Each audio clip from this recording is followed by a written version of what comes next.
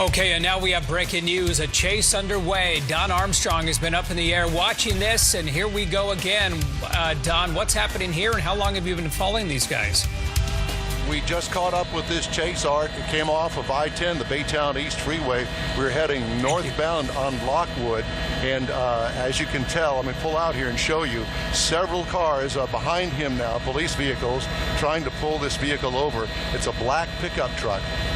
And they're going at a medium rate of speed. I mean, this isn't too high speed. You're on a side street over here on Lockwood, but we just passed Collingsworth just a moment ago. But as you can tell, this is Collingsworth that we're coming up on right here at this intersection. Now we're going to go westbound on Collingsworth. Over here, this is on the east side of town. A chase, I'm sorry, Mike? You know, this is the good news area of Houston. I'm sorry? No, Don, the good news here is that he's not going at a really high rate of speed, but clearly he's breaking the law because he's not stopping. And he just blew by that stoplight that was there where all the other cars had stopped. Has he been on the freeway at all, or has he been staying on side roads? Yes, as I mentioned, he came off of I-10, the Baytown East Freeway, is heading inbound into town. And now we're over here in the Fifth Ward area. Don't know why he is being chased.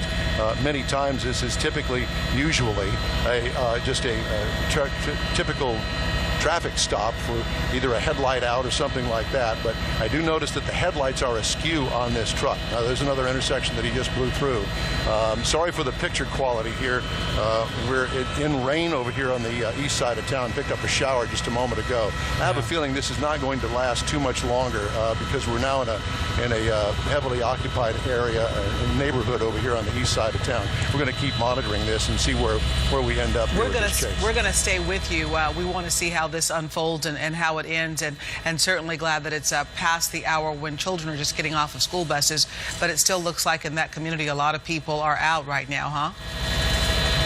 That's right, Gina. As a matter of fact, the actual freeway traffic wasn't too bad on the inbound side, and when we picked it up, it was right out there at Mercury, and the traffic, this particular car, obviously, waiting for this one to pull over here. I don't understand whether they're heading home or they have some business in this neighborhood, but go ahead.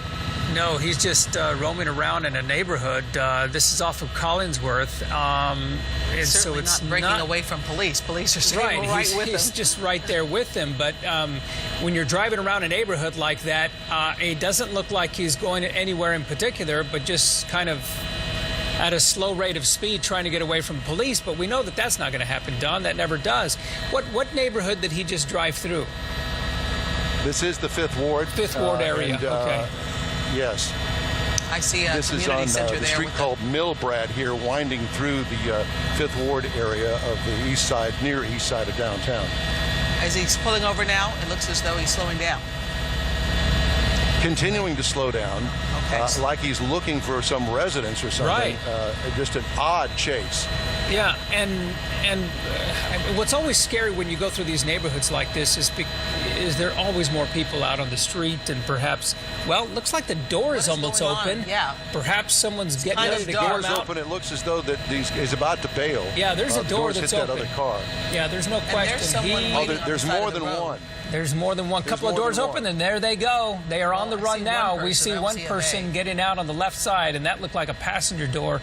That guy's going for it. The car continues to roll, but that it doesn't guy. look like it's being driven. Though. No, it looks like I that don't probably think it's was a being driver driven because it's not going very Maybe fast. somebody came back. He stopped. Okay, he stopped. Okay, now he's on the run again. Is there a fence there? He can't. It looks, yeah. Through a gate. You see it. You see the fence there. He put his hands up. That guy is caught, but the car kind of drifted into a fence. Don't know if anyone else jumped out of the vehicle. Did you see someone? I see a person by the vehicle, I think, now. Yeah, on the ground. Yes, on the ground. But I didn't see another person jump. I only saw what appeared. It looks as though that there are 3 or 4 people that have come out of the truck. This one here was on the ground. Now they got their hands up. There's another one on the ground there by the truck. Yeah. I'm sorry for the picture quality, but it's dark here, and we've been under a rain shower, so and there's no street lights here per se. No problem. But anyway, yeah, Don, it's breaking news. Yeah, it's breaking news. You're bringing it to us. It's all organic, and there have at least 3 people on the ground. You see the cop there. and then another one on the left side of that vehicle, and then one even up in the upper left corner under the Life Sky Eye graphic. So we see at least 3 individuals, possibly even 4. Still no idea of why they were on the run, right? That's correct. Do not know what caused this chase. It's interesting to note, however, Art, though, that this is mainly the sheriff's deputies, and that there are some Houston police here as well. They seem to be assisting in all of this, but mainly Harris County. Oh, okay. So, Don, it looks as though the driver abandoned the vehicle, at which point the vehicle just rolled into the fence, and that's when the passengers jumped out. Is that how you would summarize the end of this pursuit? That's right, Gina. And one other thing to note, it looks as though that person there between the 2 white police vehicles appears to be a female. And I thought that there may have been another female on the ground here as well when they were arresting them. You can see the truck has kind of eased on into the fence here off of this street. Yeah. Well, if there's any way to end a chase, this is certainly the way to do it, because there's no accident, there's no one hurt. It doesn't appear as though there's anyone hurt, and they made a run for it, but they gave up rather quickly. Yeah. In fact, one of them, it was interesting. They jumped out of the vehicle, started to run away, and then turned around and came back. The driver, seemed to decide, you know what, I'm not going to get away with this. Right. There's 4 or 5 police vehicles, and they're 100 yards from me, and so it's not going to end any better if I keep running. We are going to take a short break, but we appreciate your fine work on this, Don, and making sure that we got a chance to see this will turn out to be a safe ending to this chase, and we're going to, of course, stay on it through the evening to find out exactly what prompted this pursuit in the first place.